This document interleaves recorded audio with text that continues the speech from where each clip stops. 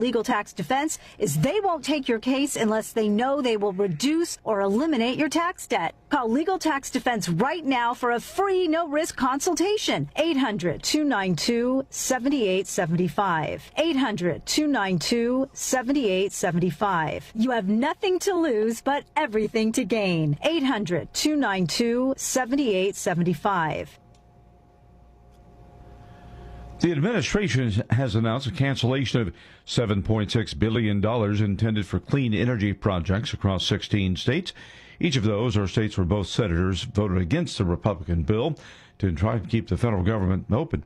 Despite the shutdown, new record highs appearing on Wall Street Friday. I'm Seth Sutel, and this is the AP Markets Report. Stocks edged mostly higher on Wall Street, sending indexes to more records. The S&P 500 inched up by less than 0.1% Friday. The index closed out its seventh winning week in the last 9. The Dow Jones Industrial Average climbed 238 points. It's about 0.5%. The Nasdaq Composite lost an early gain and slipped 0.3% from its record. Treasury yields ticked higher in the bond market. That followed some mixed reports on growth for service businesses in the U.S. Crude oil prices clawed back some of their losses from earlier in the week.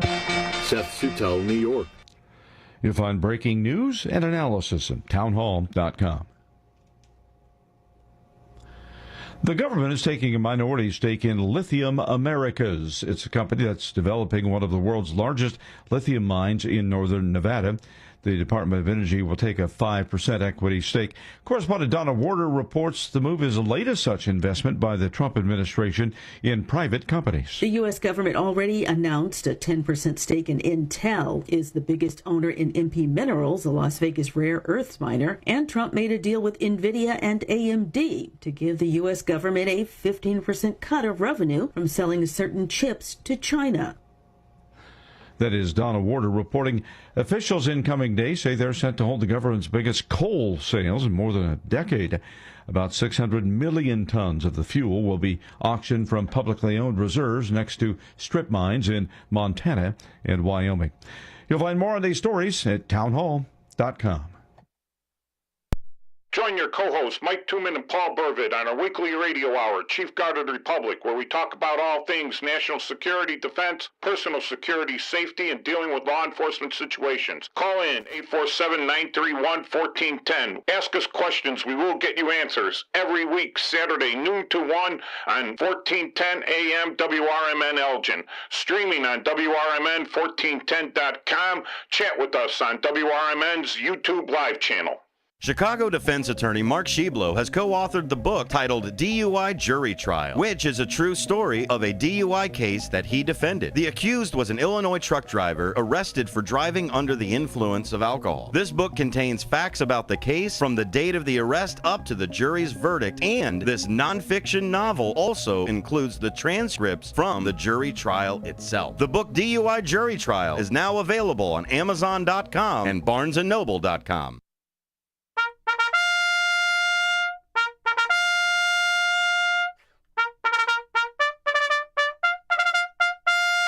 Big Spanets, comrades, we're here with the Chief Guard of the Republic Radio Veteran Shoutout Show with your co-hosts Mike Tooman and Paul Burvitt. Every Saturday, noon until 2 on WRMN, 1410 AM, the Fox River Valley Media Network out of Elgin. Streaming on WRMN1410.com. Follow us on WRMN 1410's Facebook channel. You can watch us on Facebook Live. You could stream our videos, and you could also comment on the videos while they're in session. You can hit us up on the studio number, 847-931-1410, or you give us a text on our text number, 505-926-1410. How you doing, Paul? Good. How are you? And don't forget to, I got to adjust this a little bit. I think I'm 3, right? Yeah, don't forget to check out our own YouTube channel, Chief Guard of the Republic YouTube channel, or our webpage, cgr.silink, PSYLINK.net. So, Paul, we're going to talk a little bit about government shutdown, which is all the rage this week and probably all the rage next week. And I'm hoping for a record shutdown. And maybe many people won't agree with me because it's been plastered as a bad thing, but I have diversionary views on that. But I wanted to talk a little bit about our Secretary of War, Pete Hegseth, and how he put the slap down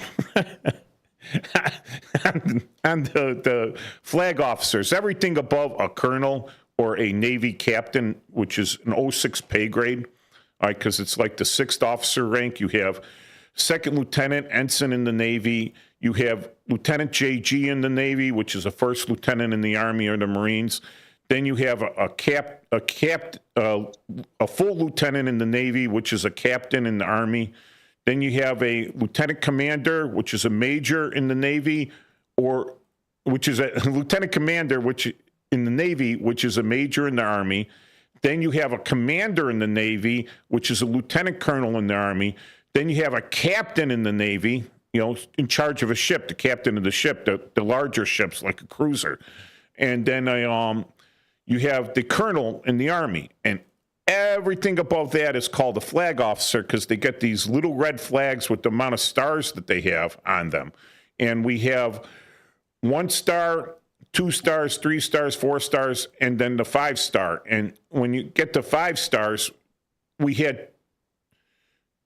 I think we had 3 5-star generals during World War II, the Army generals, and that was MacArthur,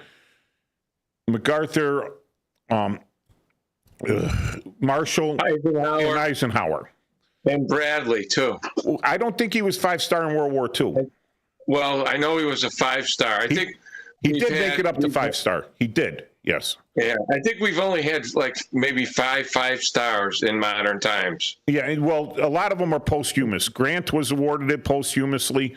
Washington was awarded it posthumously. All right, so, but that's really up there.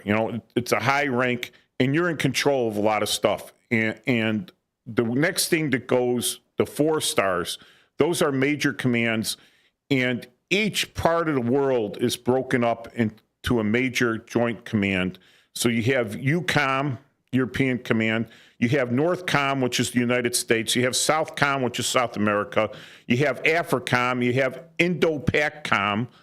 All right, and CENTCOM. CENTCOM gets all the news because that's the Middle East and everything. There was SYNCLANT. No, I think they combined them.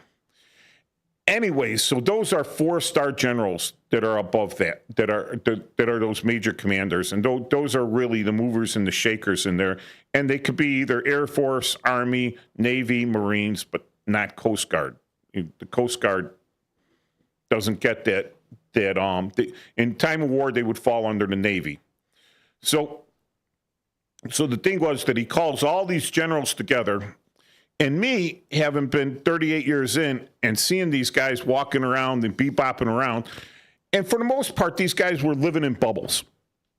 They were living in a bubble, and they hadn't seen a trench, a foxhole, a tent being put up, or driven in an Army truck in decades.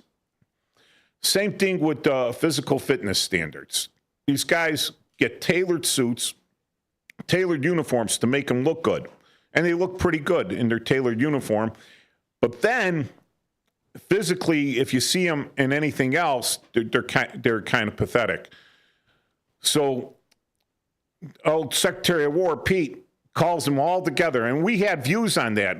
I thought it was going to be, at first I thought he was going to do a massive head chop. He was going to he's just going to round up these guys and go, you're fired, you're fired, you're fired, you're fired, you're fired, you're fired, which is pretty embarrassing. And I don't think, on second thought, I wouldn't think he did that, because one of the things you should know about leadership in the military is you praise people in public, but you admonish them in private. So if you're going to do anything bad to them, it's going to be a private meeting, right? And, there's not going to be all the public and no embarrassment on the guy. There shouldn't be. That's bad leadership. All right. So, and we thought maybe it was Nadim Hassan, who has been approved for execution. And that would be a big thing to get all the generals together, because it could possibly have worldwide impact, negative psychological impact. So you would want to prepare all your general officers for that. But basically, he just told them, hey, get in the game, get lethal, follow the things, and he's going back to the old days. My ex-wife was in the military. My daughter was in the Coast Guard. And I worked with a lot of women in the Army, many of which I trust my life with. I absolutely would. I mean, some of them weren't big enough it would take like 4 or 5 of them to drag my big butt off the battlefield. But a lot of respect for women in the military. However, he comes down and he says, if you can't pass a male PT test, then why should you be in a male-dominated field, like infantry? All right, like all these other combat field artillery. Those rounds, if you're not with an automatic loader, with towed or self-propelled artillery with an automatic loader, those rounds are heavy.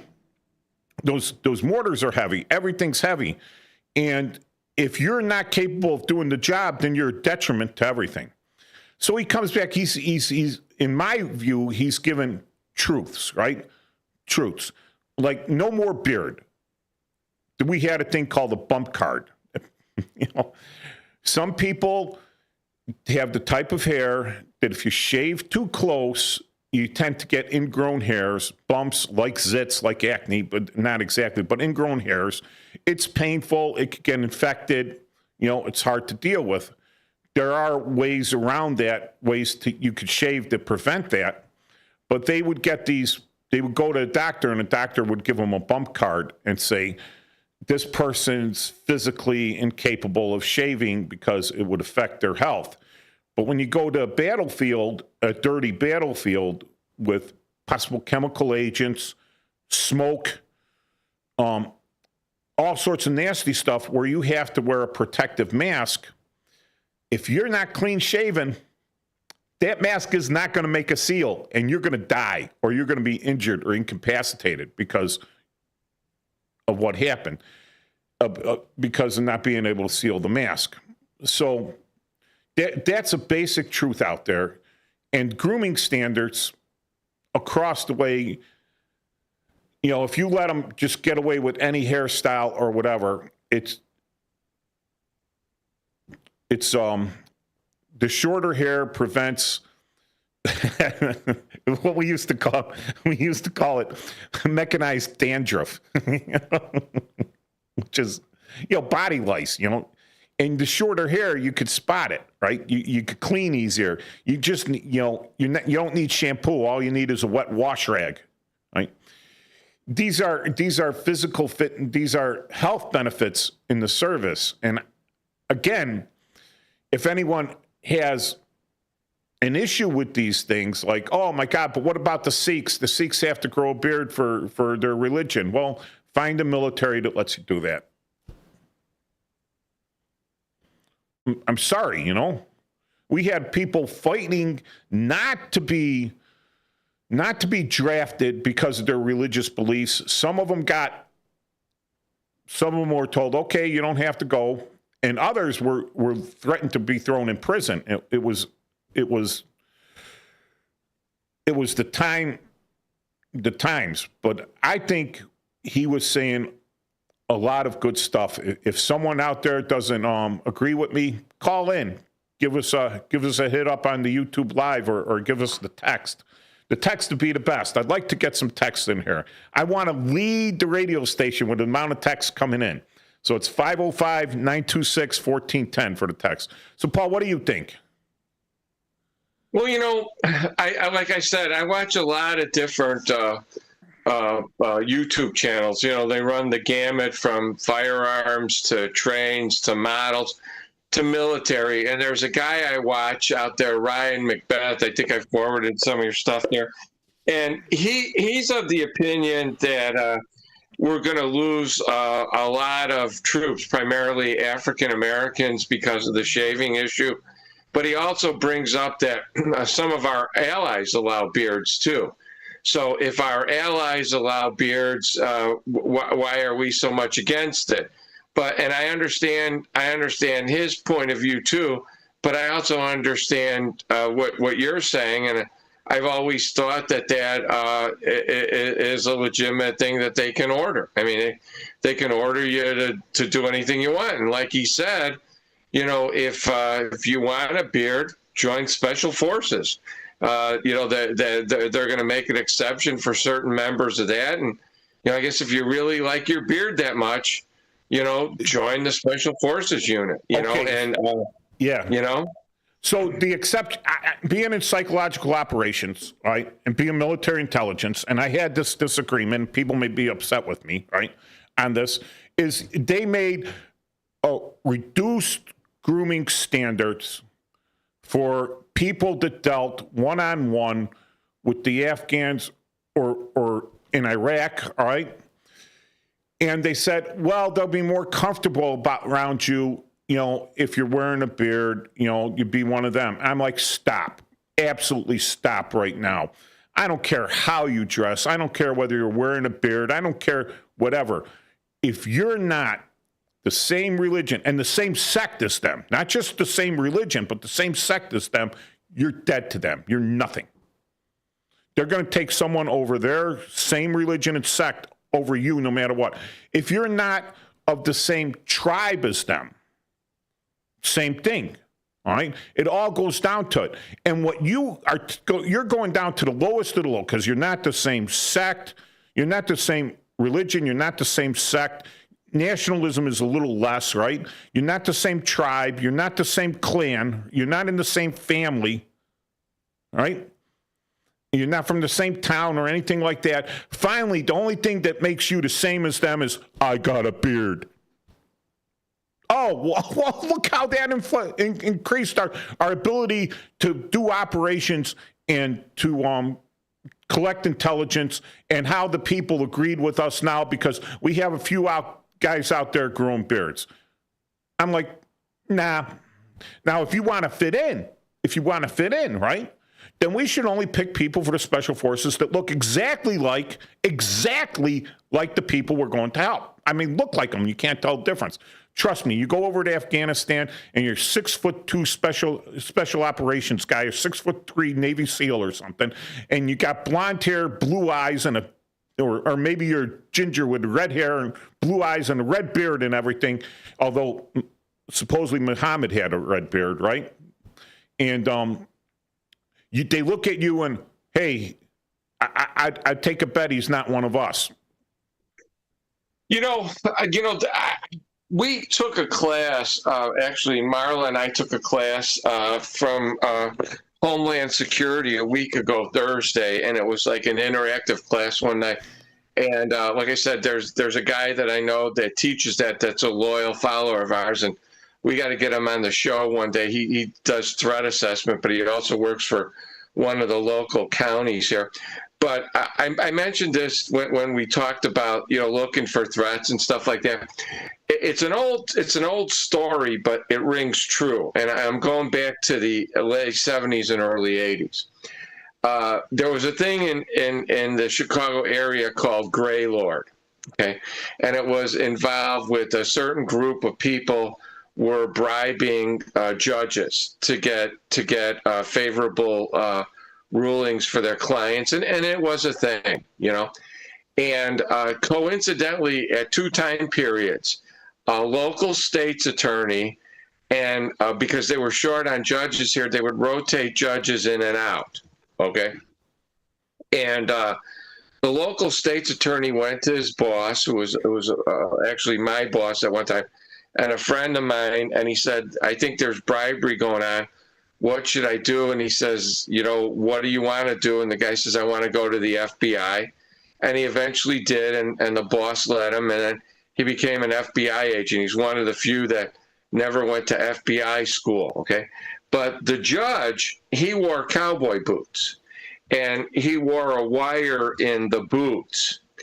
And he would tell stories about how, you would get frisked by everybody to make sure you weren't wearing a wire. But he told something very interesting. And now, mind you, Chicago, the Chicago area. And if they wanted to find out if you were okay, they would traditionally say, right after they met you, if you were a defense attorney, what parish are you from? Now, this was kind of interesting because there's some agnostics, there's some Jewish lawyers, and parish is a Catholic thing. Yeah, okay? St. Bridget's. Yeah, but the primary focus is, even if you were Jewish, you would say, oh, I'm from the St. Basil's area, or I'm from Holy Name area. They knew what area. It wasn't really about religion. It was about, were you from around here? And the first couple guys that couldn't answer that, there would be, everybody would go, I think that dude's wearing a wire. I think that dude's a Fed. And so it goes exactly to what you're talking about the beard. If you're not from around here, you know, or you don't look like you're from around here, and you can't answer the crucial challenge question about what neighborhood are you from, you know, and then you're going to be marked as an outsider and you got trouble. So I don't really think necessarily one way or another wearing a beard is going to help you. But I'm just saying that's what he said. And I think that's a valid thing for him to say, you know, and maybe, as we would say, building models, from 3 feet back on the shelf, the model looks great. Look up front, it's a piece of crap. So maybe from 15 yards away, you know, you might pass as a local. Maybe that's, you know, Hendrick's brother from Islamabad. I don't know. But, you know, I mean, I think that the military should have the right. You know, that was another thing they used to say years ago. If the UPS guy has a beard, he's not a UPS guy, okay? Because they wouldn't let their guys have beards. So that's a valid concern, you know. And I think he's got the right to do it however he wants to do it. He's in charge now.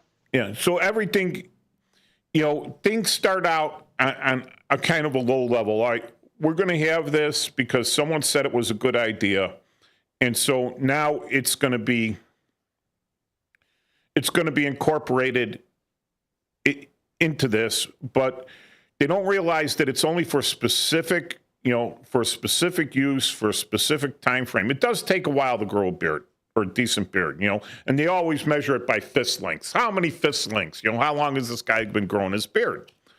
Right? Because that's another way you could tell. And normally they're not going to be growing a beard all the time. But what became cool, it became Hollywood cool, right? Oh, I'm an operator. I got a beard. Therefore, I'm an operator. Therefore, because I grew a beard, I'm more tactical than you. I'm like, I think the guy that can clean shave in the field to make sure his mask fits, right? And to make sure if you get shot in the face or wounded in the face, now they got to take the time to clean that up, to shave it, right? To clean it up, to stitch you up, to stitch your face up so it doesn't massively scar, to take his best, because they want to take his best care. Meanwhile, there's some other clean-shaven guy that's waiting in line while they're taking 6 or 7 hours on you, right? So my operator friends, of which I probably have one or two, they might disagree with me. Now, I go over there, right, and I had relaxed grooming standards, right, because of my field. I was an interrogator, right? So I had a 4-star letter saying it was okay because of my MOS. Anyone with that, they didn't care what you were doing. Anyone with the MOS. So one day, just one day, the first day I'm in charge, I make my uniform what they call sterile. So I take off my name tags, I take off my unit patches, I take off my rank, right? And I don't shave that morning. And they lost their minds. And it got back to the states that I had grown a full beard and I had gone completely rogue. One day. And I had a letter authorizing me to do that. But then the colonel that couldn't do anything else for us, that we went 3 weeks without food resupplied, all this stuff that he couldn't do, suddenly he gets off his ass, and he gets off his butt, and he calls the headquarters and he talks to someone that's supposed to have my back, and they go, oh, no, you could tell him to shave. Wonderful. But, so it's even then, it's not carried equally throughout. But I think the grooming standards are there for a purpose. You want to look good. You want to look clean. A lot of these kids coming into the military are, I'm sorry to say, one, they're socially inept, right? Being socially inept, they give up. They haven't really taken care of their personal hygiene as much. Some of them, just too lazy. As soon as their mother stopped bathing them when they were like 9, they stopped bathing altogether. They get into the military, and the strict discipline has to be there. Shave, bathe yourself every day, shave, clean shaven, check on it, make sure your uniforms are clean, wear a clean uniform. I mean, true story this, right? When the BDUs, the battle dress uniform, came out, one of the key things about it, and they said, don't ever iron this uniform. You're not allowed to iron this uniform. It's got metallic fibers in it that will break up radar, and it's got a treatment in it that keeps you from being seen by heat sensors. Just kind of dumbs it down, right? It only took them about 2 months before they were screaming at you that they wanted that uniform that you're not supposed to press, you're not supposed to iron. They want it totally cleaned and pressed. So we'll come back for the second quarter of the Chief Guard of the Republic radio show, and I promise you we'll get into a shutdown.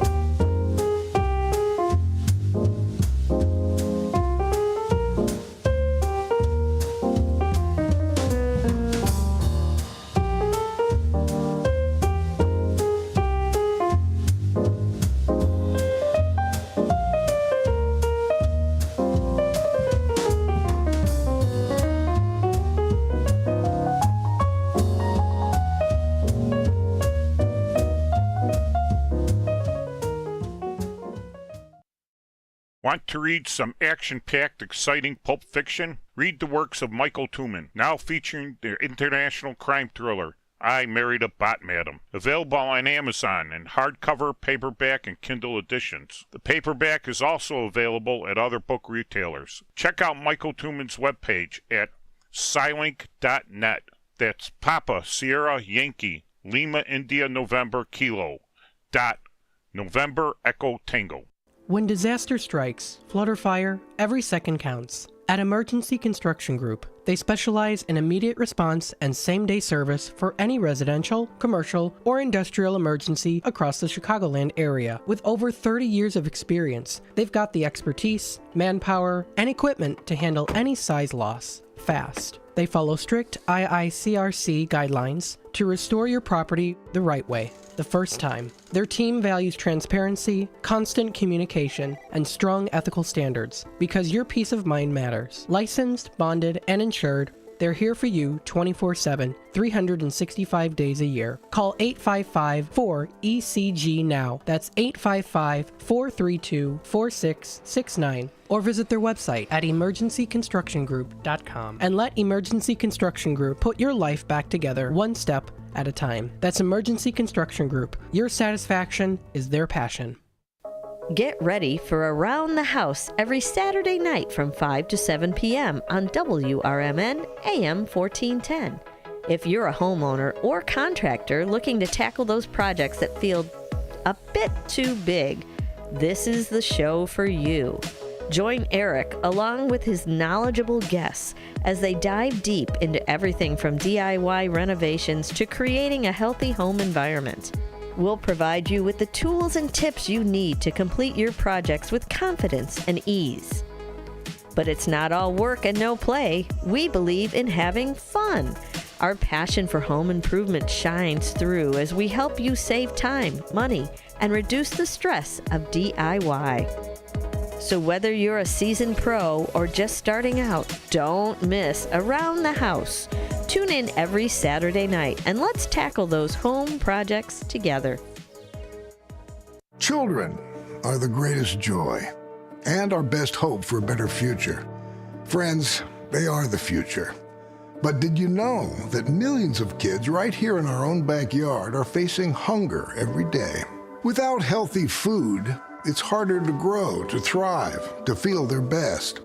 The impact when children don't have enough to eat is tremendous because when you're hungry and your basic needs aren't being met, you cannot learn. Every child deserves to be fed. This is a problem we know how to solve. Food is not just food. It's energy, health, confidence, hope, and even love.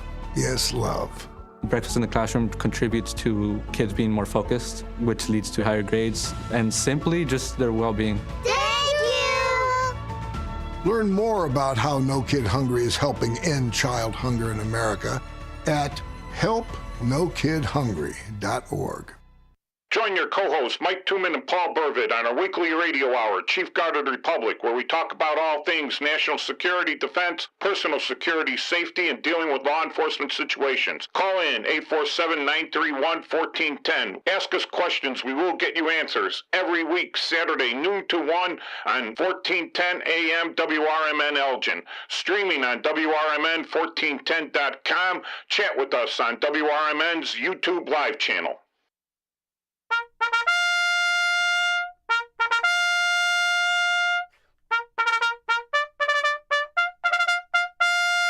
Fixed Bayonets, comrades, we're back with the second quarter of the Chief Guard of the Republic Veteran Radio Shoutout Show with your hosts, Mike Tooman and Paul Burvitt.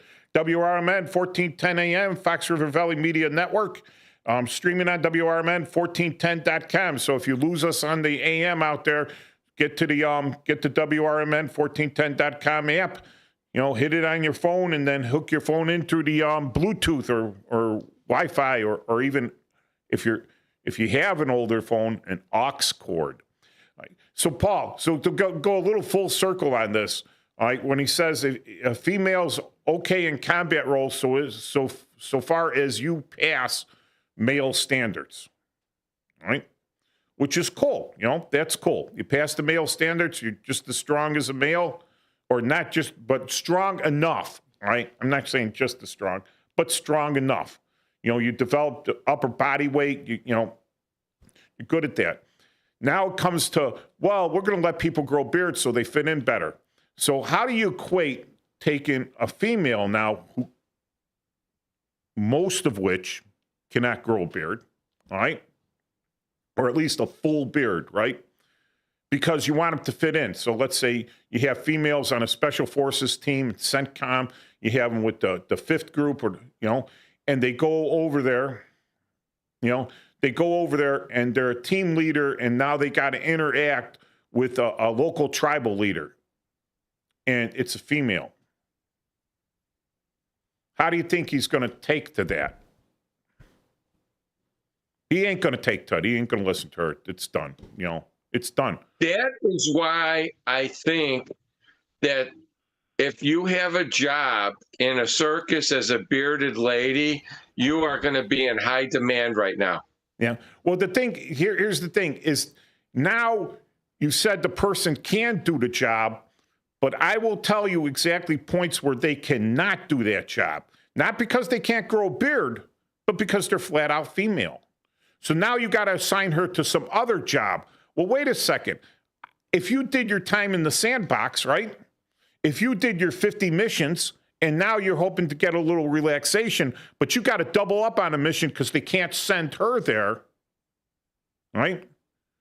That's not right. That's not right. But there are other jobs they can do. It's very... There's no Memphis Belle policy for you then. You know, it's like you're over there, you do 15 missions, then they change it to 20, and then they change it, no, wait, 25. Catch 22. Yep. And then, everybody wants to get out, and you'd have to be crazy to want to get out, but you want to get out, but everybody's crazy, but you can't admit you're all crazy. So you're exactly right. It's whatever they decide is what it comes out to.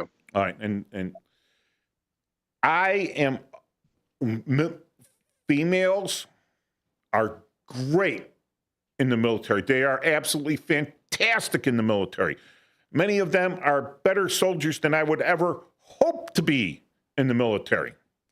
However, there are situations where they just don't work out. All right. So you should be able to realize, okay, the whole world isn't going to change their point of view. The whole world is going to change their attitudes to suit you. You're supposed to be going over there to change your attitude so that they accept you, right? And they're not gonna. All right, so let's go to the. If anyone wants to disagree with me or anything else, just call in. If you want to agree with me, fine, call in.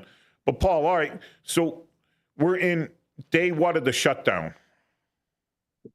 Probably four or five. And has it affected? The longest shutdown was, I believe, 35 days, and then the next longest before that was in the 20 days. And we were talking to a friend of ours yesterday, and he's a big supporter of the president and everything, but his friend has some female friends that are in the military, and they're concerned they're not being paid and everything. No, the military's all being paid. That's not true. No, I know. But here's the deal on this. And I come at this at a little bit different perspective, as we said in the past before. To me, the government shut down on Sunday, pretty much.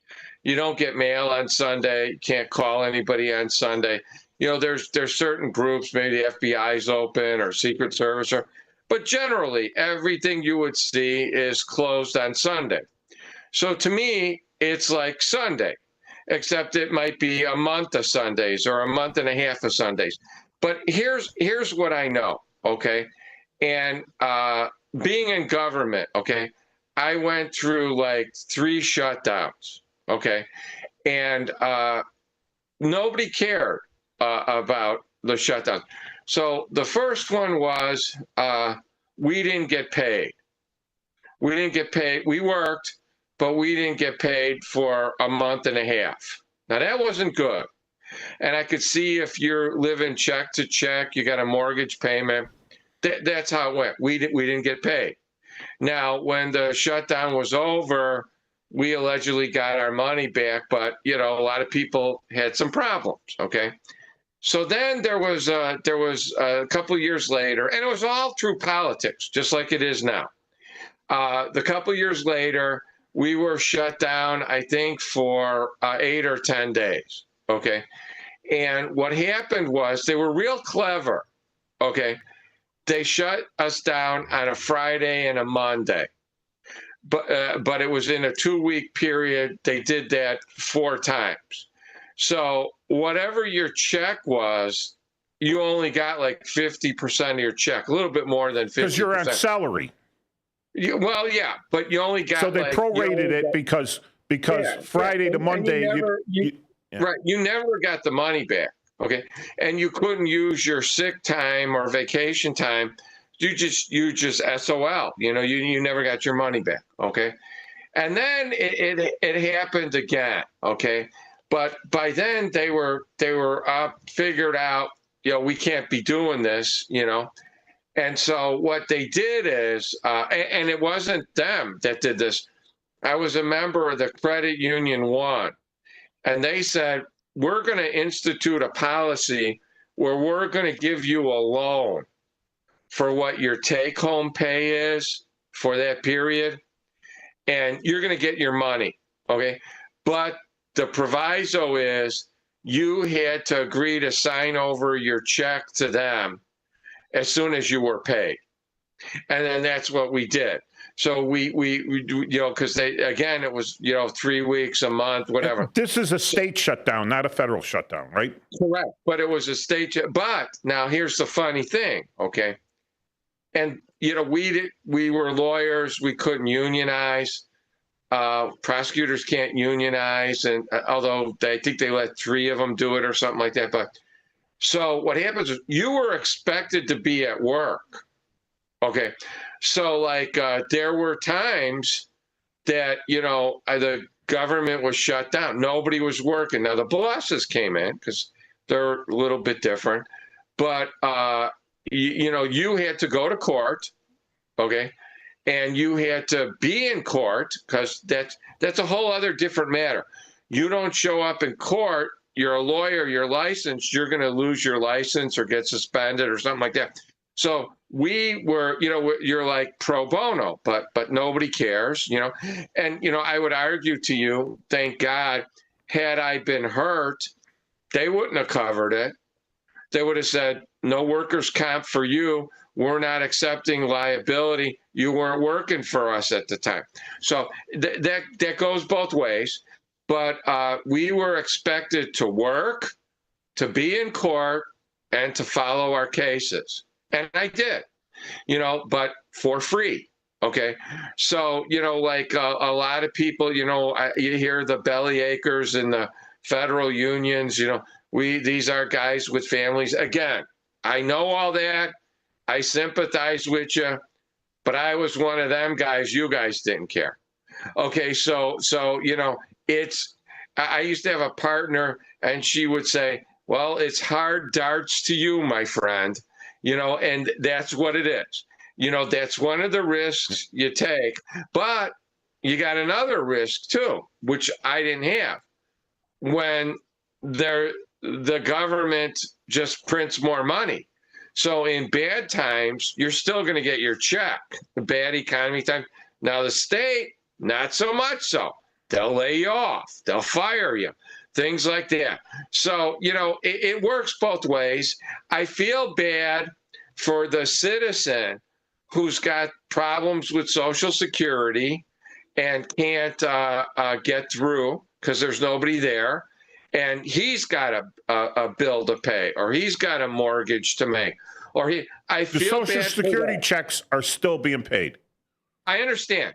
But if there's a hold on it, for some reason. Yes. Like an arbitrary hold. You're not getting through to anybody. We're talking about the 1 in 200 million chance. All right. Oh, no, more than that, but it's few and far between. Yes. So those are the people I feel sorry for, or the guy who's going to a wedding and who wants to go to the national park, which is closed. Yeah. Or the guy that wants to go to some federal museum and he can't get in and he misses out on it. I feel sorry for those people, okay? But everybody else, I'm okay with it because, as I said, you can't get that stuff on Sunday anyway. It's just, it might be a month of Sundays, but, we'll get through it, okay? And it's my understanding, now it could be propaganda, I don't know, but it's my understanding that they proposed a bill that was the same as the one they voted on 6 or 9 months ago, and there's one specific party that's not signing it, and so for everyone, it's not a simple majority on a funding bill. It's a 60-40. So they got to have 60 votes, or they got to have 59 votes with the vice president or whatever. Right. So yes, one party couldn't shut it down, right? So I would say. And I'm saying this a bit facetiously, but go to the people from that party. Send them a letter. Ask them to pay you from their political fund. Ask them to give you that money. And if enough people send them letters, not their political fund, that would be illegal. No, no, they can choose to donate to people. And, if you have a legitimate cause, like, you're being thrown out of your apartment or whatever, make them do it. Ask them for it at least. At the very least, ask them for it. And see how long, if they get tons of, it's just like. Well, they'll ignore it. They won't reply. Well, no, it's just like at the end of Miracle on 34th Street. If enough people write in and to the post office, which is a branch of government, and a quasi branch of government. Huh? A quasi branch of government. Well, at the time it was part of it. If enough people write into the government and they acknowledge their Santa Claus, then there is Santa Claus, Virginia, and that 40% will pay your bill. So that sounds like a class action suit to me, but yeah, no, honestly, because they don't. Now, first thing, back in 2019, they passed a law saying that if there's a government shutdown, the government employees will get paid, and will get paid back pay. And Congress has had this too. So now that it's shut down, technically Congress is getting paid. They don't care. They're getting their check. Their check means nothing. It's the money they make in the background. It's all the perks, right? It's like, oh, my federal check came in. Honey, put that in the petty cash account because, it's nothing compared to the $20 million I made in trades, And stuff. Well, there's a fund actually that monitors what these people buy, but it's a little late because it's based on their ethics statements. But you can actually invest partially in the way they invest, and then we can. If you're quick enough on it, because they got their traders, it's all. But okay, so when you get to that, so unfortunately, most of the federal employees, especially in Virginia, right, around the D.C. area, guess which party they vote for? I'm not going to say it, right? But they vote to 40%, guys. What? They 40%. They vote for that one. All right. So if you're a full-time government employee, all right, you don't have to worry about it. You're going to sit at home. You're thinking, I'm going to still have my job. The guys that are really getting creamed on this are the contractors. Because what they do is they contract with a company, and that company pays these so-called government workers. They're doing government jobs, right? They're sitting there. They're doing government jobs, usually for a little less than a full-time government employee would get. There's different pension systems involved. There's different health and benefits, all right? But they only work so as long as the contractor has the contract. Those guys won't get paid, all right? They won't get paid. There's no work. There's no contracting work. Now, they could put a resolution in saying these guys still get paid. The contractors still get paid, which would be great, but there's still a bulk of the voting thing out there. So here's the other thing. This is the main thing. These are the people that should be, these are the lobbyists, these are the people with control in the D.C. area. You go out to the hinterlands and everything, but all these senators and congressmen are in D.C. right now. All the lobbyists are there.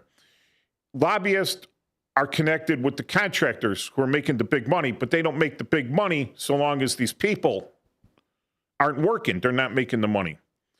But when you threaten to eliminate these positions altogether, and the contractor's losing those contracts, he's the guy that's going to be hurt the most. Because all he does is he's like a slave trader. I need 20 slaves to work at the Pentagon, right? So he says, okay, it's going to cost you $50 an hour for each slave, right? So that's $1,000, right? $1,000 an hour. But I'm only paying the slaves in total with all the Social Security, everything else. I'm only paying these slaves $40 an hour total. I'm making $10 an hour per slave. That's $200 an hour that I made doing nothing except providing these people to the federal government. All right. Slaves might be a bad term. Wage slaves, workers. It's like a contract, security contractors, right?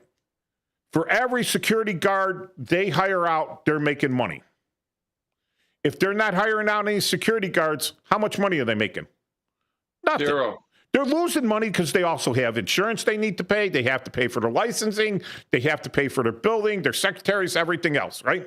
So they're losing money. So these contracting companies, Ernst & Young, there's all sorts of other, consultants and contractors out there that are bringing these people in. They're the ones that are going to be calling these congressmen and saying, hey, I just lost $50,000 out of my pocket this week because of your shutdown.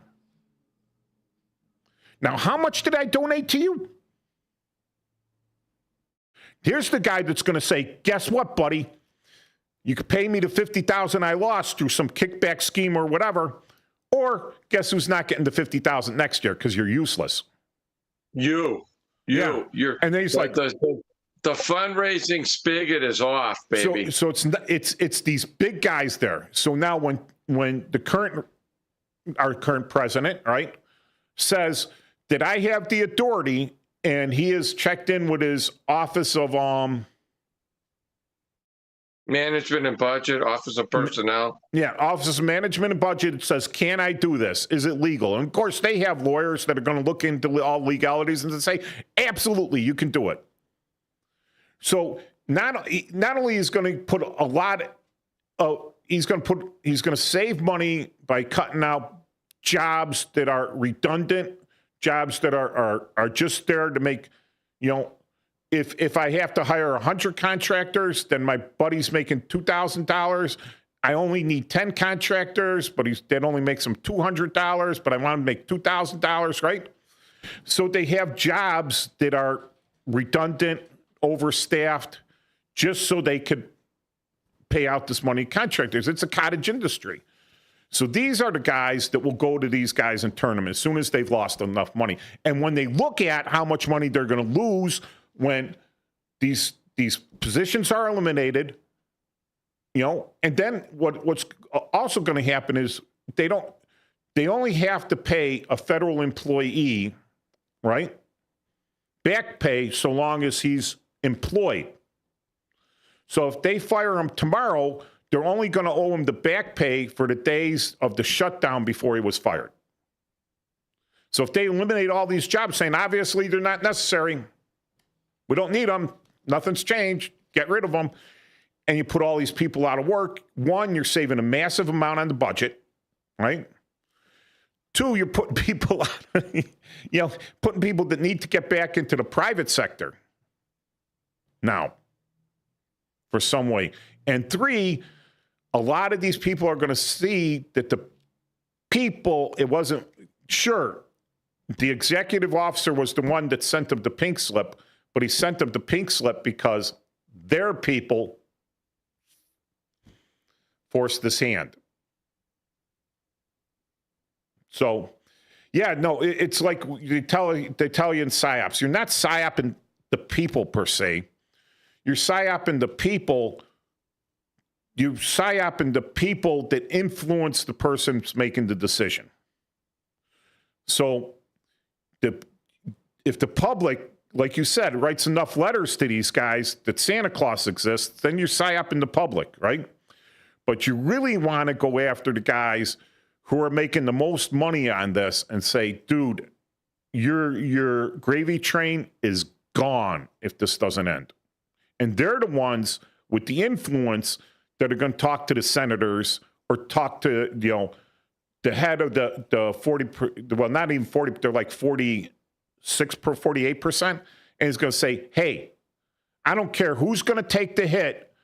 You're going to cough up 10 bodies to vote for this bill. Make them the bad guys of your party, but they're going to vote for the bill. And then you can still hold your part high. Oh, it wasn't all of us. It was just a few turncoats, And you kind of throw them to the wolves, but you tell them, don't worry, next time we're going to. Or you look at the guys that are definitely look like they're going to lose their they're going to lose their reelection campaign. or they're close and you don't want to spend money on them, or you have someone in the wings waiting to come in. Those are the guys that you strong arm to vote for your bill and tell them, oh, we got a cushy lobbyist job for you afterwards.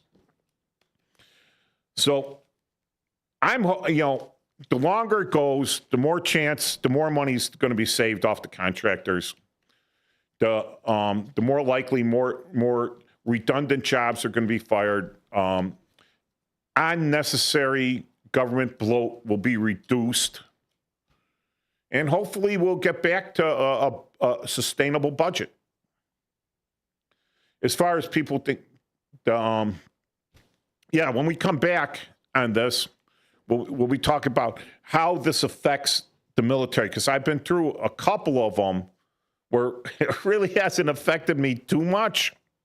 All right? But that'll be when we come back. Thank you.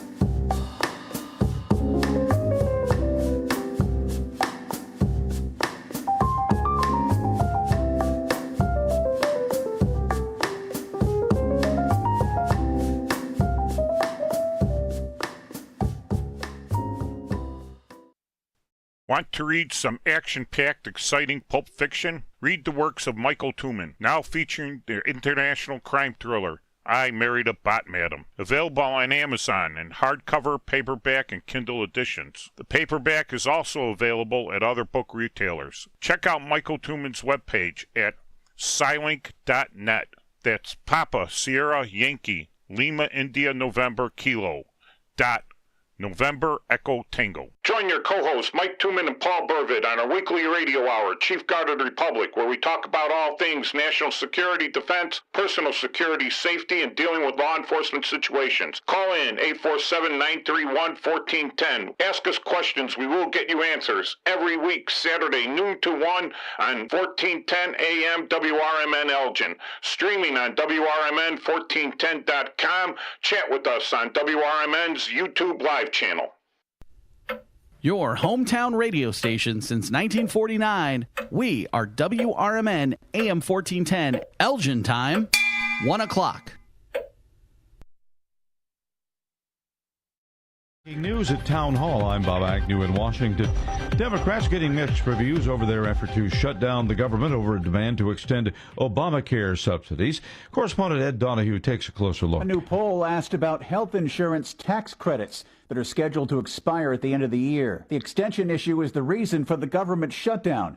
A poll from healthcare research nonprofit KFF conducted before the shutdown found most Americans want Congress to approve the extension. At the same time, the survey showed only about 4 in 10 adults had read a lot or some about the subsidies as the shutdown began, leaving room for public opinion to shift in either direction. Meantime, a New York Times Siena poll conducted roughly at the same period as the KFF poll found most voters did not want Democrats to shut down the government, even if their demands were not met. I'm Ed Donahue. RNC Chairman Joe Gruters says what he sees as a leftward direction in the Democrat Party may serve Republicans well in next year's midterm elections. You got to look at the midterms coming up and the fact that the incumbent party's 2-39 in these off-cycle elections, so the headwinds are against us.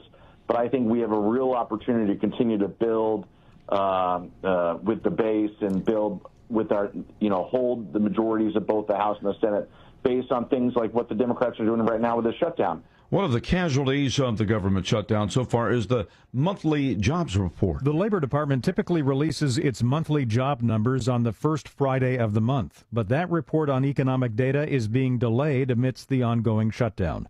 A short delay won't be very disruptive, but a long absence of those numbers could pose challenges, particularly for the Federal Reserve. The Fed relies on jobs data as it grapples with interest rates amid a slowing labor market.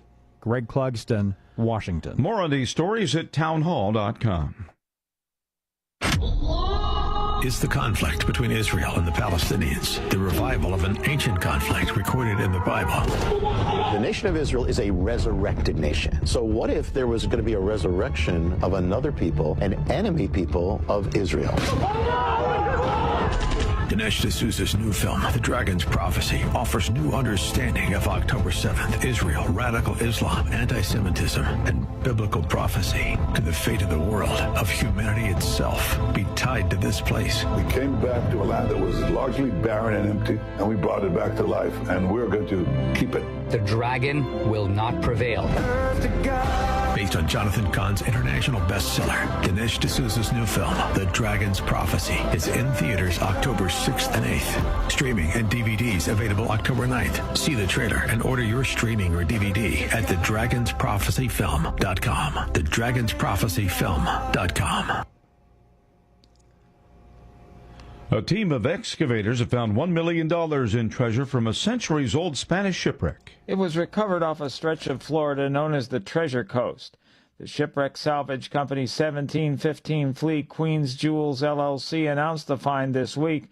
The treasure includes more than 1,000 silver and gold coins. The fortune was lost at sea when a hurricane struck a fleet of Spanish ships in July 1715.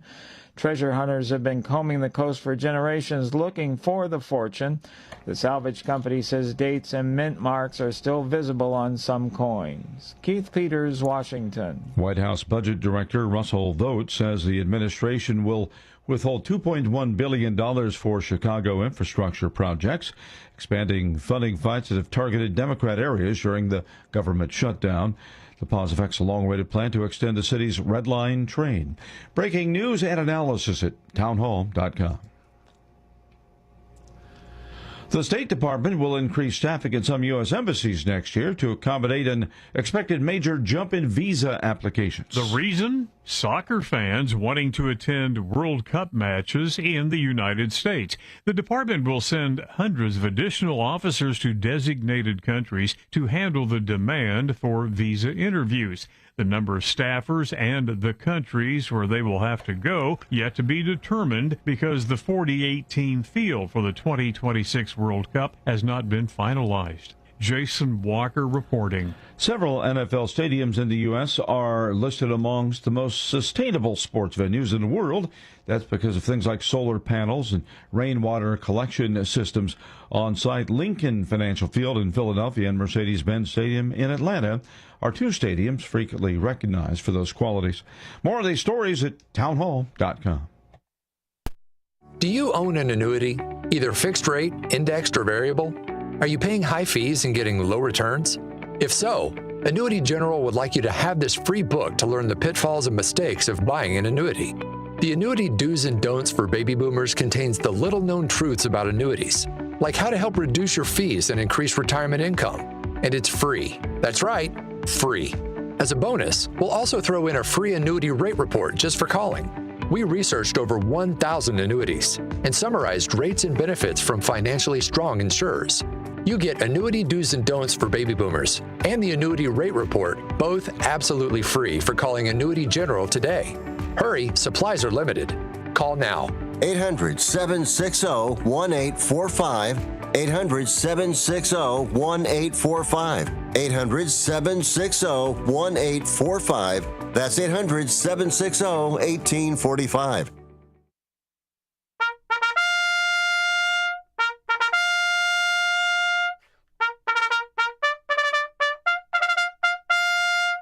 Fixed bayonets, comrades. We're back with the second half of the Chief Guard of the Republic Veteran Radio Shoutout Show with your host, Chief Warrant Officer 5, Mike Tooman, and State's Attorney retired, Paul Burvitt. Do you prefer Attorney General or State's Attorney retired? Doesn't matter. I just call myself a prosecutor. A retired prosecutor, Paul Burvitt. Also, active concealed carry and police trainer. All right, correct. This is the second half of the show. We used to go noon to 1 and noon to 2 until they tell me otherwise. So I'm just going to say noon to 2. You call us in at 847-931-1410, or of course, hit them up.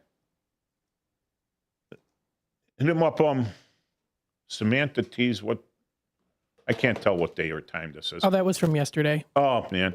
Hit us up on the chat, not the chat, but the text, 505-926-1410. I'm going to go back and make my girlfriend text all the time. I want you to text 5 times during my show. borrow everyone's phone and text me in, so it looks like I'm getting, so I'm fudging the numbers here. All right, so all right,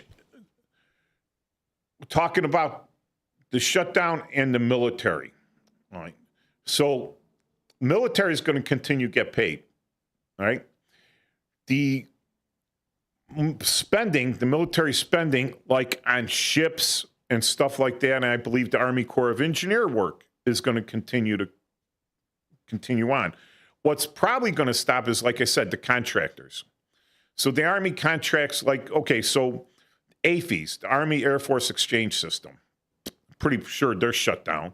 The commissary was shut down last time. And those are nice. They're like grocery stores on base you go to, and the commissary doesn't have sales tax, but they have a surcharge. So you got to be real careful when you go to the commissary, because some of the prices are good and they mostly carry brand names. So you can't find a lot of generic stuff there.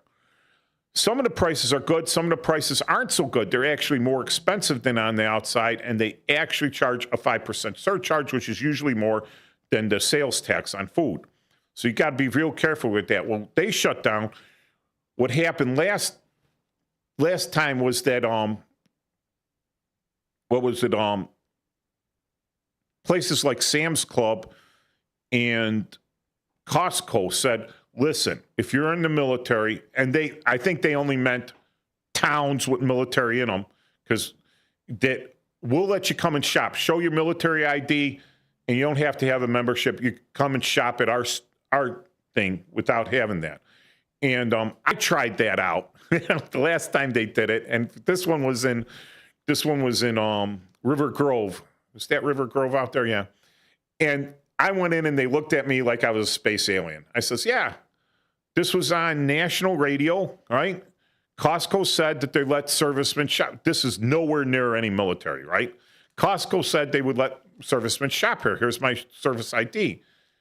And they had to find someone that could call corporate and everything. And meanwhile, I'm standing there like I'm some sort of jerk.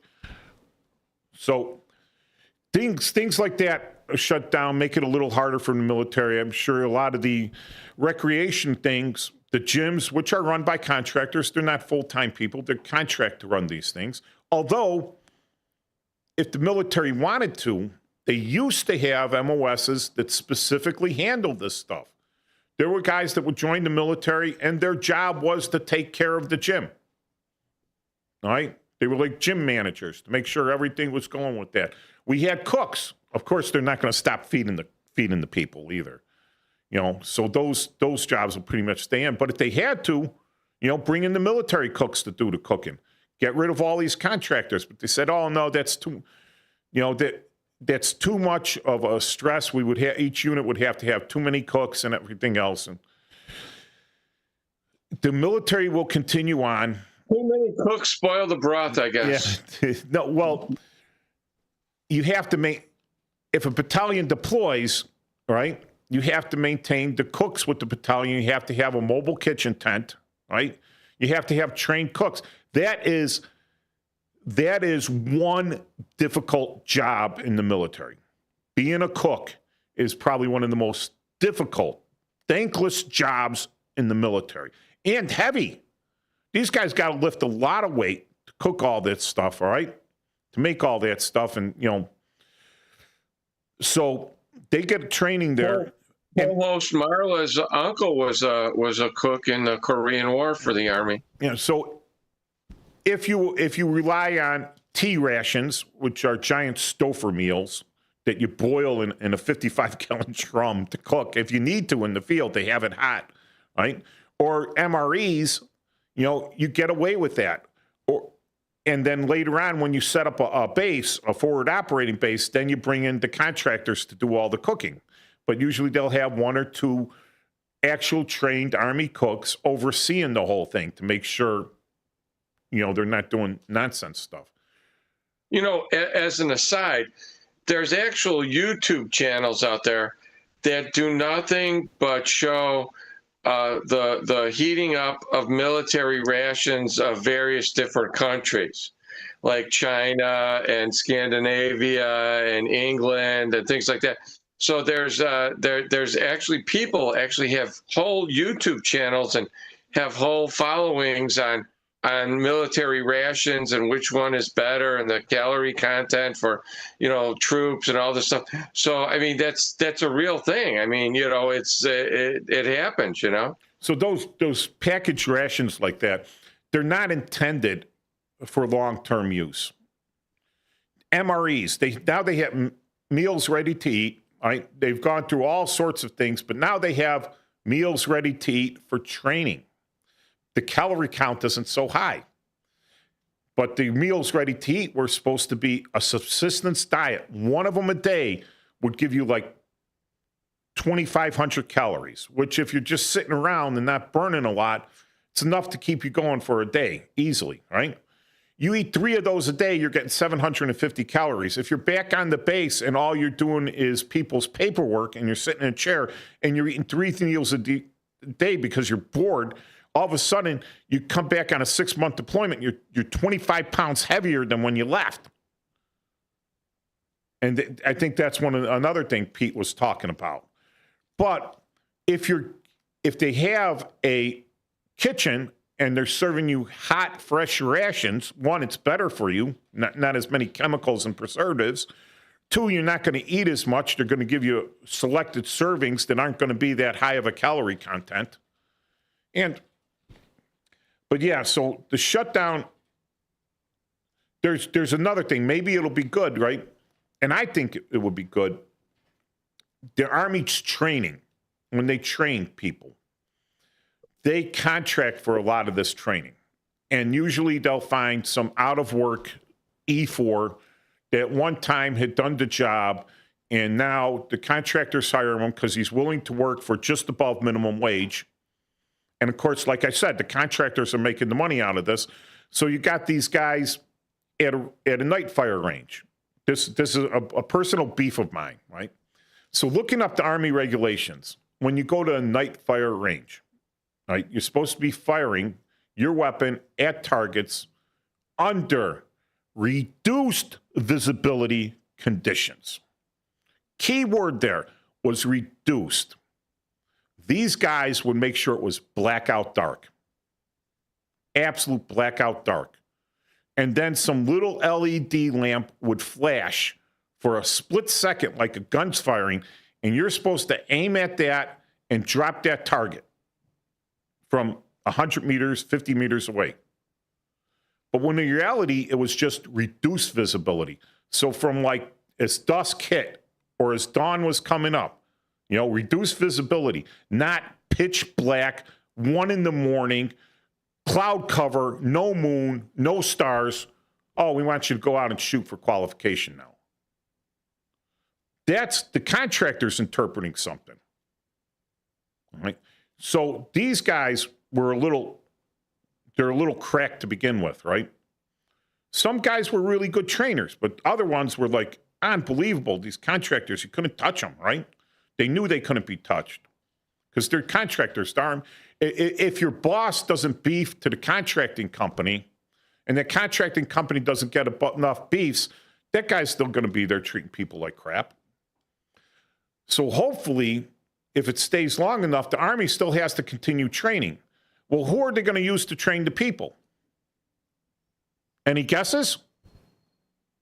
Army personnel. Oh, wow. Like drill sergeants and stuff, right? Like people that have done that job for a million years, not a million, a long time, right? That have went to the Army school, and one of the best schools I took in the Army. And I got to give a shout out. I didn't get along well with the Illinois National Guard when I was with them. But when I went down to the military academy at the Illinois National Guard to take 2 specific courses, the Army Basic Instructor course, teaching you how to teach from literally a letter of instruction. You don't have to know anything about the field. You're just teaching from the letter of instruction that the Army gave you. Kind of like step 1, step 2, step 3. You're teaching it, right? And the other course was the Army Small Leader course, all right?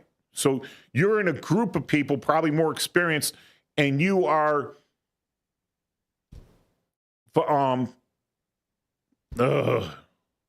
you're making sure everything goes all right. Let me see.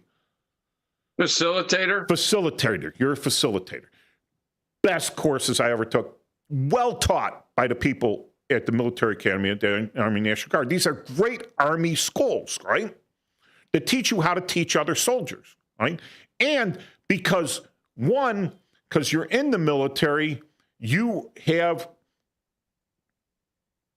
responsibility, right? They're going to hold you accountable. You're accountable and you're responsible for the training you're given. If you can't teach that guy and he is teachable, there's people that can't be taught. Granted, all right? There are people, but if this guy's teachable and you can't teach him, you're accountable. It's your responsibility. Try your best and everything, all right?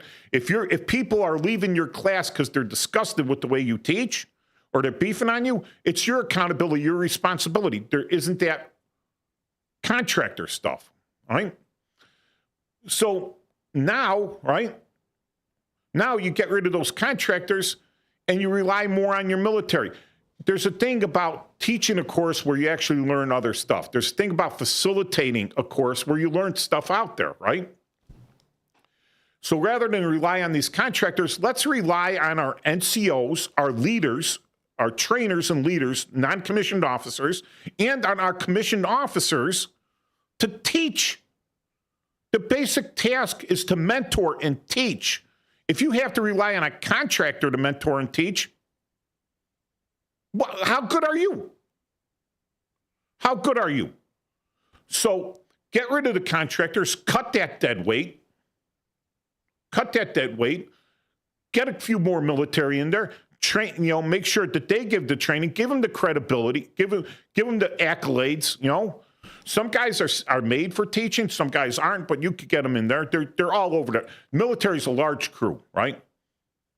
If I was there, I'd be saying, okay, who's got these qualifications? And you could go right in the database. I go, who's got the hotel identifier, which is Army Basic Instructor course, right? I go, boop, pull them all up and go, okay, what are their MOSs? Okay, assign them to these schools to teach this stuff. Yeah. All right. So that's a good thing for the military and national defense too.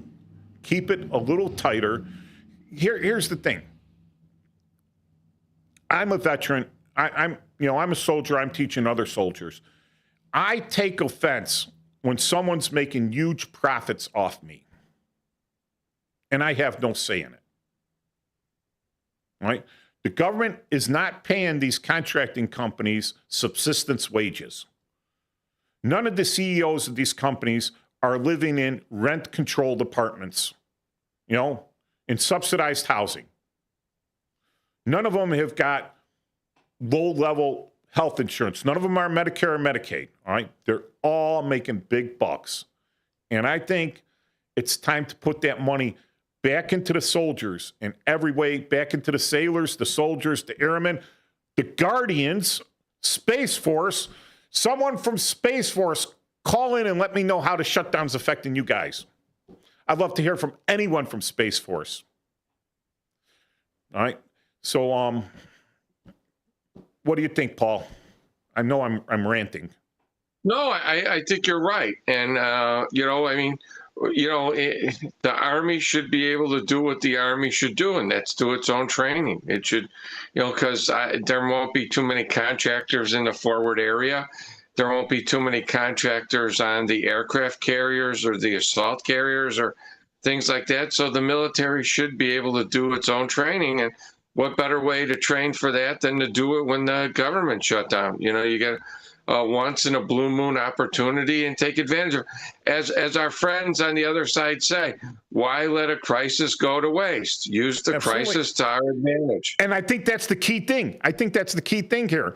I think that the current administration is doing a lot of what past administrations have done and saying, hey, this is what you did. How come it's bad for me now? How come it's bad now? Here, and the great thing is the internet, right? Because it's forever. You know, I don't think we should give benefits to illegal aliens. 20 years later, I think we should give benefits to illegal aliens. I'm like, oh, you know, what changed your tune? It was who you're working against, not who you're working for, right? Right. All right. And they should all be working for the American people, all right? There is a thing of compassion, right? Compassion, all right? We're not taking them into the middle of the Pacific Ocean and dumping them.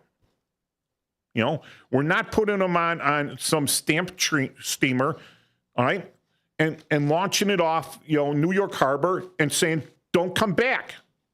Find a country that'll take you, because we're not. We're compassionate.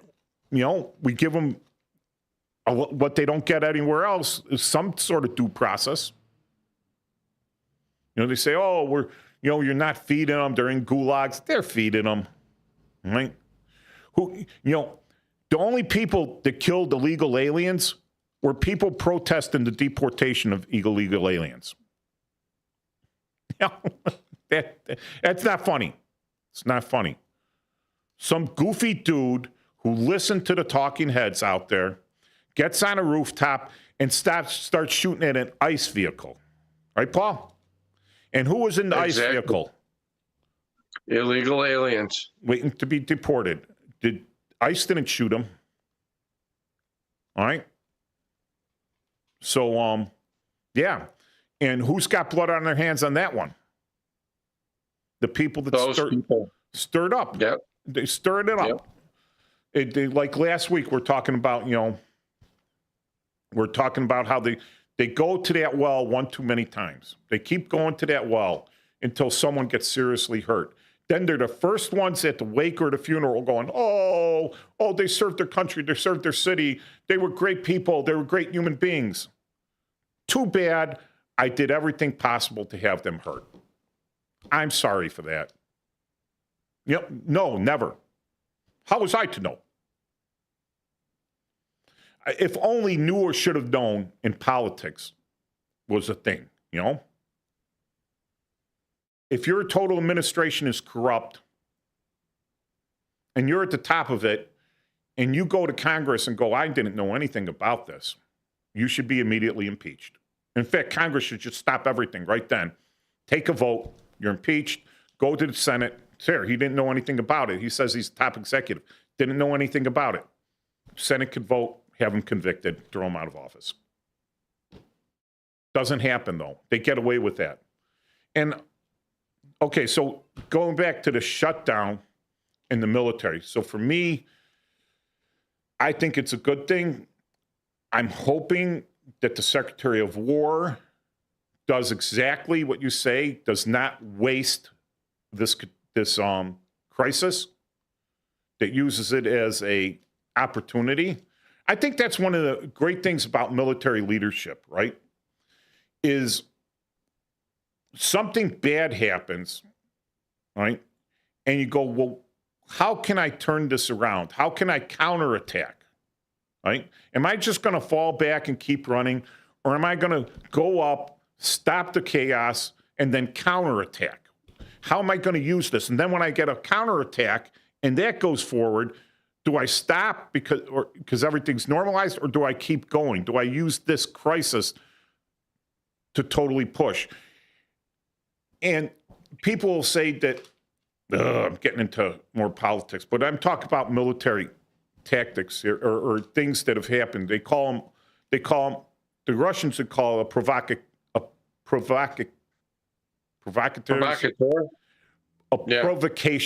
provocation. I think I'm getting that word. So it's just an event designed specifically to create another event that you want to happen. So like the German radio station that was supposedly attacked by Polish Special Operations Group right before September 1939, right? And the Germans used that to go into Poland.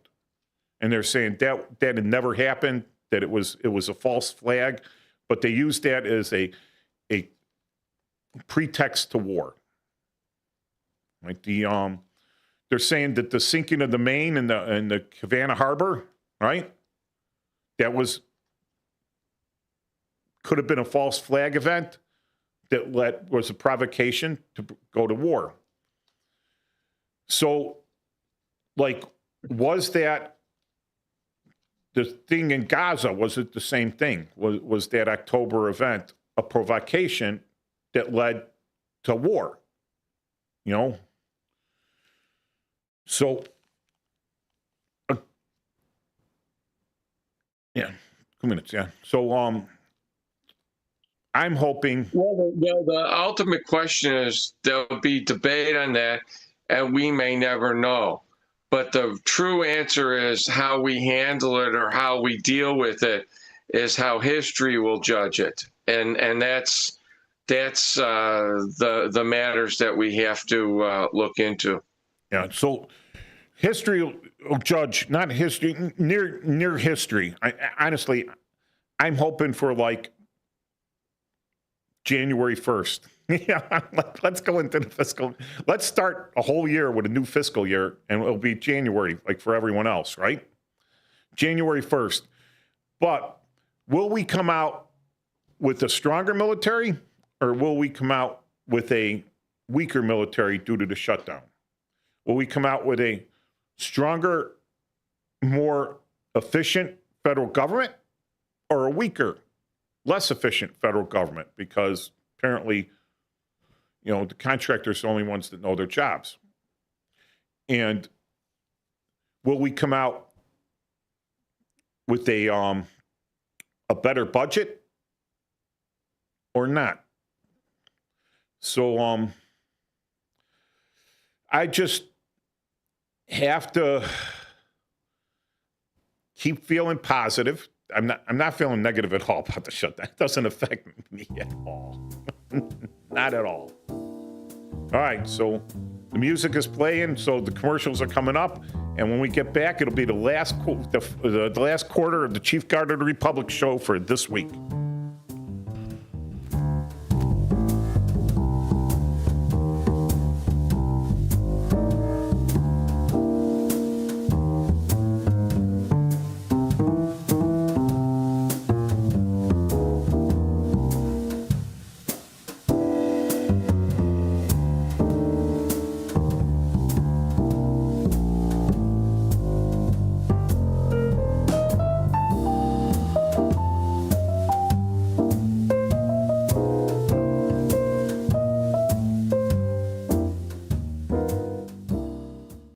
Now available on Amazon.com and BarnesandNoble.com is the book called DUI Jury Trial, which is the true story of a truck driver in Illinois who was charged with driving under the influence of alcohol. Not only was he facing a revocation of his driver's license, but also a lifetime disqualification of his CDL, which would prevent him from ever driving a semi-truck again. This book includes backstories of the truck driver, the lawyers that defended the case, and the DUI expert witness who analyzed the case and then testified at trial as to the proper protocol procedures of the field sobriety tests as well as the breathalyzer test. This nonfiction novel also includes the actual court transcript from the jury trial, a courtroom showdown in which the final verdict would determine the fate of the defendant's livelihood. The book DUI Jury Trial is now available on Amazon.com and BarnesandNoble.com. Here on WRMN AM 1410, we like to keep you informed and in tune to what's happening here in the Fox River Valley and what's going on here on WRMN. We recognize the importance of local radio to be a part of the conversation and to be a part of the community for the community. You know, we talked about the importance of community theater, but supporting community radio is a big deal too. And, you know, for WRMN, this is a really cool thing that you guys do every day, and a really important thing. You have to have a local media outlet to talk about what's going on in your town. So you guys do a nice job. Tune in to AM 1410, WRMN. Don't forget, you can also subscribe to our YouTube channel at youtube.com/WRMN Radio. Keep in tune and informed on what's happening here in the Fox River Valley, right here on WRMN.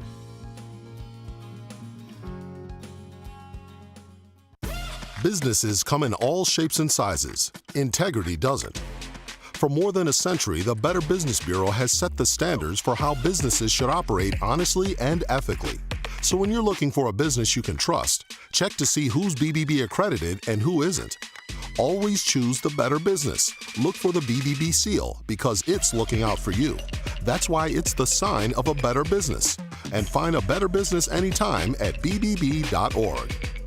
Before the weather gets too cold, it's time to finish up those outdoor jobs. That's why ComEd wants you to know that electricity can jump from a power line to you and to the tools you're using. So maintain a safe distance from any power lines. You can also call ComEd at 1-800-EDISON-1 to have those power lines de-energized the next time you do any work around them. Stay smart, stay safe, stay back. ComEd, powering lives. Systems run everything.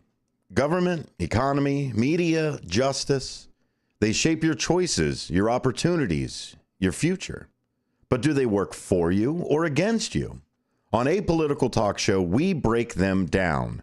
Not to destroy, but to understand. Because if you don't see how the system works, you won't see when it's being manipulated or who's benefiting from it. Power belongs to those who know the rules, challenge the loopholes, and demand accountability. That starts with knowledge. That starts here. Join us weekdays from 4 to 6 p.m. as we uncover what's really happening behind the headlines so you can decide for yourself what's fair, what's broken, and what needs to change. Apolitical Talk Show, breaking down the systems to build them up together. Right here, weekdays 4 to 6 on WRMN, the talk of the town.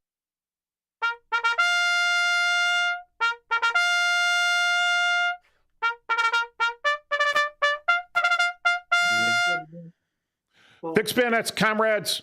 This is Chief Guard of the Republic Veteran Radio Shoutout Show with your co-hosts Mike Tuman and Paul Burvitt every Saturday noon to 2, WRMN, 1410 a.m. Of course, you know that because you're listening, or maybe you're listening on the streaming on WRMN1410.com, or you're watching us on the YouTube Live on WRMN's YouTube channel. So call-in number 847-931-1410. Text number 505-926-1410. All right, so we had a 20-day shutdown before, and I believe it was all over $5 billion. Now, it's funny that $5 billion is like, like a $5 billion. Come on, I can win that in the lottery. You know? It's the numbers are staggering. The way it's inflation. I feel like we're spending, you know, the 1980s Brazilian or Argentinian money, you know. But $5 billion for a wall, right? Which is a hardened thing. You know, it's like a one-time build. $5 billion. You're going to build that. It's going to reduce. It's going to reduce other pressures. So you're investing. You know, if your chickens keep getting eaten by the fox, right? You build the chicken coop to keep the fox out, not necessarily to keep the chickens in. Chickens are actually smart enough that when it's time to go to bed, they all go into the coop. You know, ducks are dumb. Getting ducks in the coop is another thing. But then the foxes start taking it. So you're saving your chickens, and you invested money in saving the chickens. And they didn't want to do that because it was all a personality show, I believe. You know, they called it xenophobic and everything else. Every word, these words that they make up, that are made up, absolutely, you know, mean nothing. You know, yes, I am suspicious of strangers. Why? But strangers are just friends you haven't met yet. Strangers are enemies that haven't killed me yet, too. So it can be both ways. You know, so what is your greatest anxiety over the shutdown, Paul? My greatest anxiety over the shutdown is that we'll come to realize that all of this is kabuki theater in one way or another.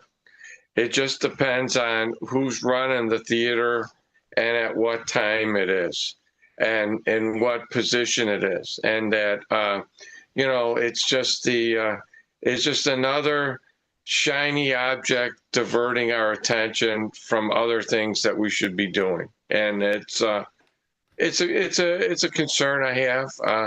I'm not losing sleep over it. I mean, like I said, it's just one thing after another. That's all I know.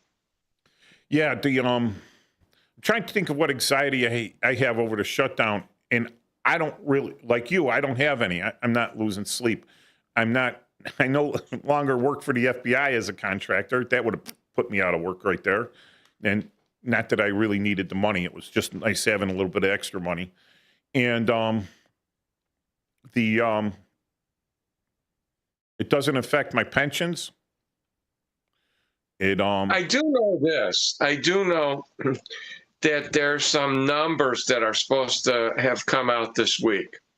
There were some jobs numbers that were supposed to have come out yesterday, and there's some economic numbers. And I think that if it's delayed, it could affect people making investments, and that might hurt people in terms of pension funds and things like that. But, aside from that, I don't care. I mean, it's just, it's another day, like the comet's coming by and, NASA is not able to follow it.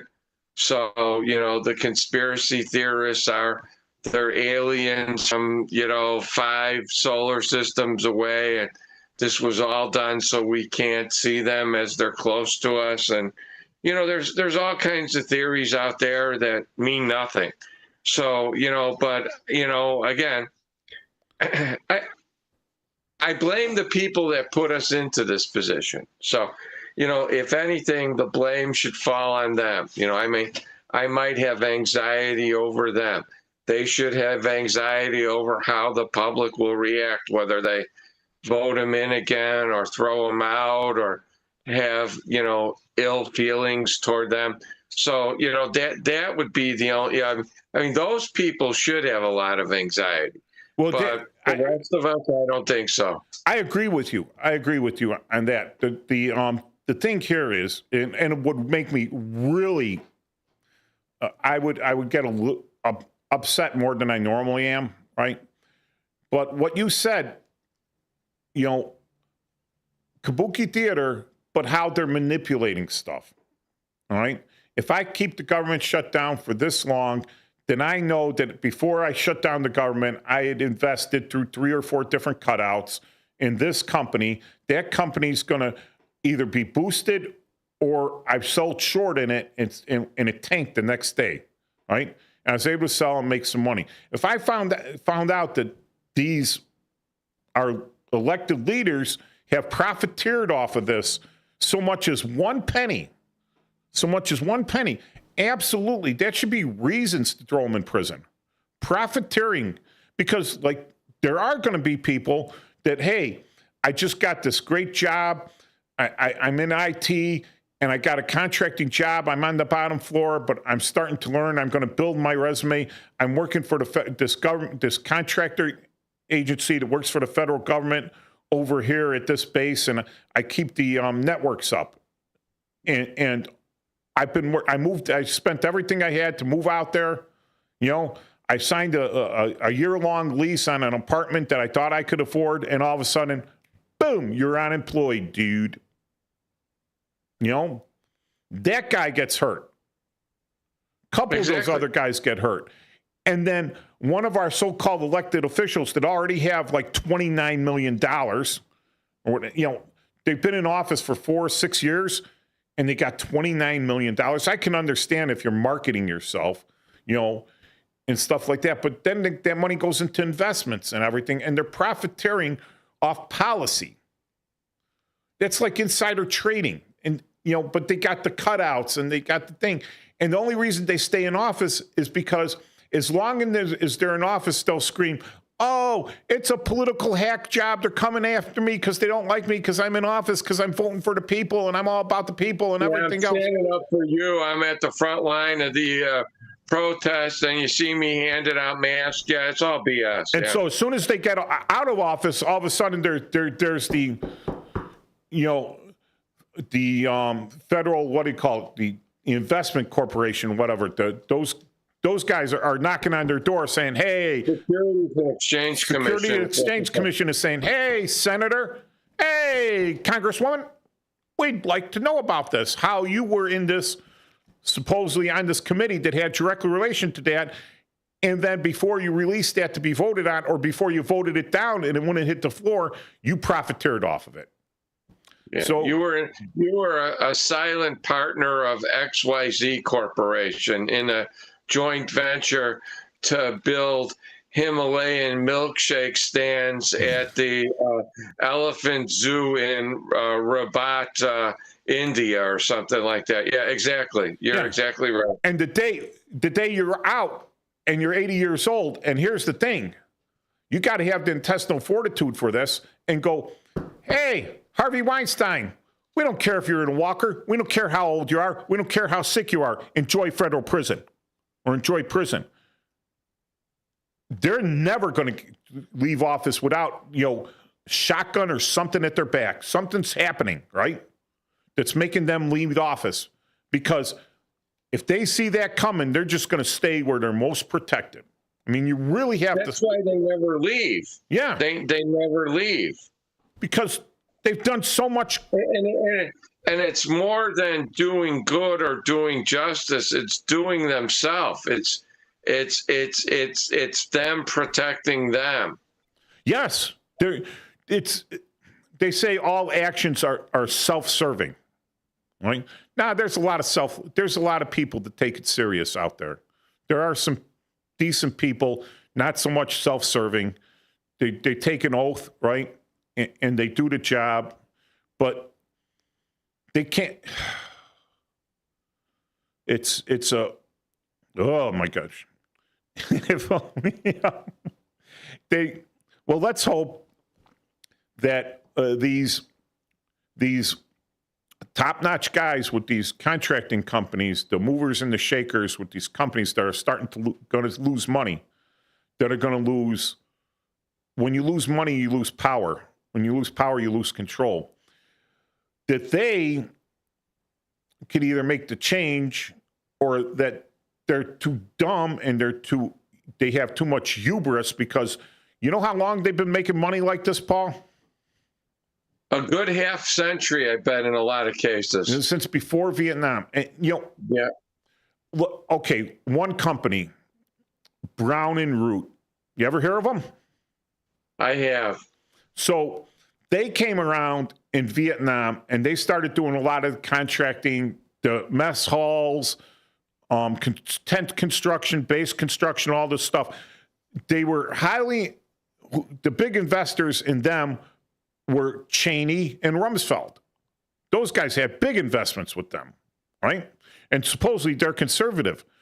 But they got their fingers in every little military action that we had, and they were profiteering off it. They were making huge amounts of money, so bad that they became almost they were the de facto monopoly. Industrial complex unto themselves. Yeah, they were de facto monopoly, right? Yeah. So to hide this, they changed their name from Brown and Root to KBR. Oh, like no one noticed. Kellogg, Brown, and Root. Then they changed it again to Fleur. All the same company, right? All profiteering off the military. Like, unbelievable. These are the guys that are going to be losing the money. These are the guys that, Cheney owned. Rumsfeld was in there, right? The other guys, other people that knew what was happening in the Department of Defense and national defense and everything would know when to invest, when not to invest, when the big money was coming in, when it wasn't, who to hire, who to subcontract to. All the money coming in and everything.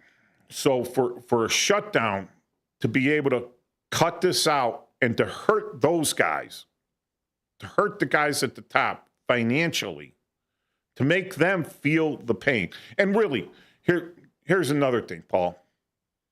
If you have $100 million and suddenly you're fined $1 million, how does that hurt you? If I'm what? If you're worth $100 million, yes, that you could liquefy, not all in, investment, but $100 million in liquid assets. Yeah. And the federal government comes and says, you did bad here. We're fining you $1 million. How does that affect you? Not very much. I got $99 million. If you're down to your last $100 and you still got a week and a half before payday, and you got to pay $1 fine for something, how does that affect you? Could be bad. Could be bad. I might not be able to eat for a day. Right. I may not be able to pay for something else. I may not be able to pay a phone bill. There's levels of this, right? Right. There's levels. I want to shut down, not to hurt that guy, right? Like I talked about, the guy that had to move and everything. Right. I want it to really hurt the guys on top. The guys really making money out of this. I want them to feel the pain bad. And I want them to take it out on the politicians that they own or they think they own. Right. And I want the politicians via that to feel the pain. Because when they rerun for office and they can't put on those television commercials and they can't have all those parties and they can't have that. And, it's either you're the flavor of the day or you're not. If you're a flavor of the day, you could sell $1,000 benefit tickets, right, for your campaign. If you're not the flavor of the day, you're lucky to get donations of $1 in a boot, right? Walking around with a boot trying to collect the money for your campaign. And so you could be the flavor of the day and the next day not be the flavor of the day with these guys for whatever reason. They could turn on you in a heartbeat. And when they turn on you, everyone else turns on you. And now you're being primaried out.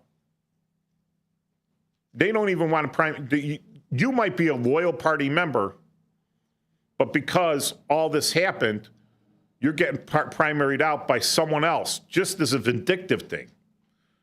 Because this guy lost the $10 million of his the $1 million of his $100 million because of you, right? He's going to make sure that you get primaried out of vindictiveness. It's a matter of principle at that stage. I just I know it's a pipe dream. Like you said, the kabuki theater of it all. Kabuki theater. It's the whole world. Who said the whole world's a stage? Was that Shakespeare? I think so. A lot of quotes are attributed to Shakespeare that aren't.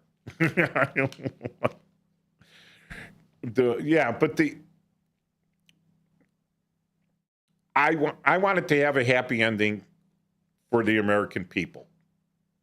The American people.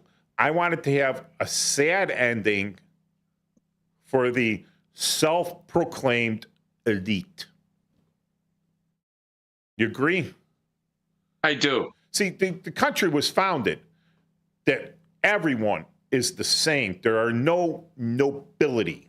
There's no nobility here. They did have reading and writing test in order to vote for a while. Yeah. So they just wanted to make sure that you weren't, that you weren't a complete fool. Right? They don't want fools running our government. That's all changed and everything. But the country was founded that everyone was pretty much equal so long as you owned land and could read and write. Because then if you owned land, you had skin in the game, right? If you could read and write, you were educated enough to make decisions. Or you tried to educate yourself. Or, you had some of that.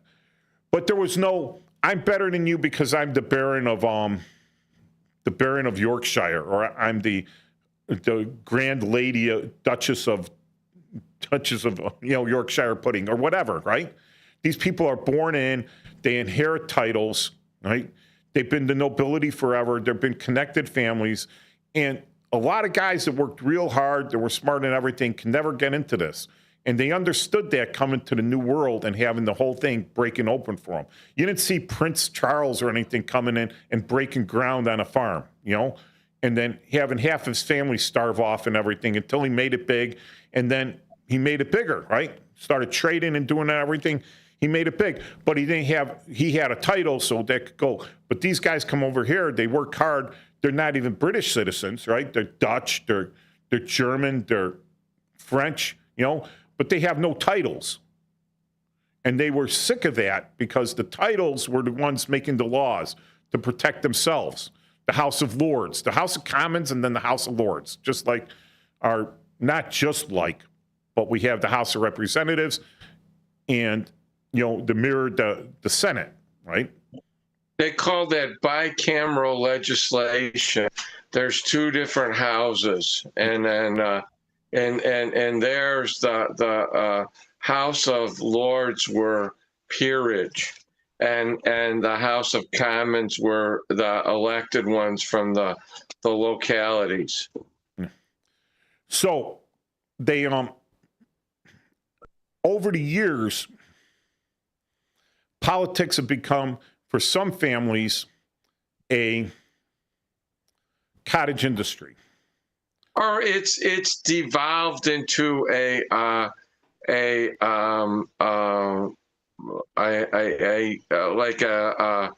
monarchy of its own.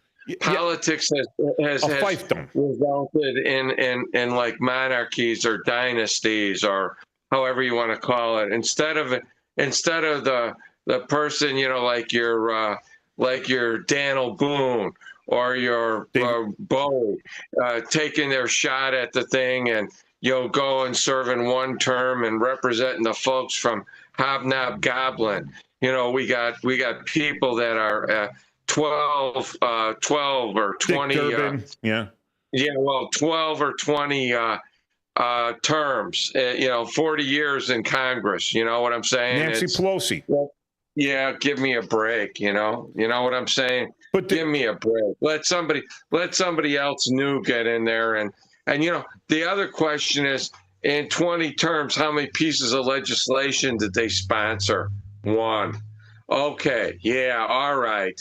They should, the guy I'm putting in should be sponsoring something every time, not once every 32 months when the moon is pink and the sun is yellow. You know what I'm saying? Yeah, well, the bills, they get these, they're not writing them, right? They got their staff, and their staff. Well, the lobbyist proposes it, and then they look it over and sanitize it. So the Army is so lazy. I said never bet against lazy in the Army, right?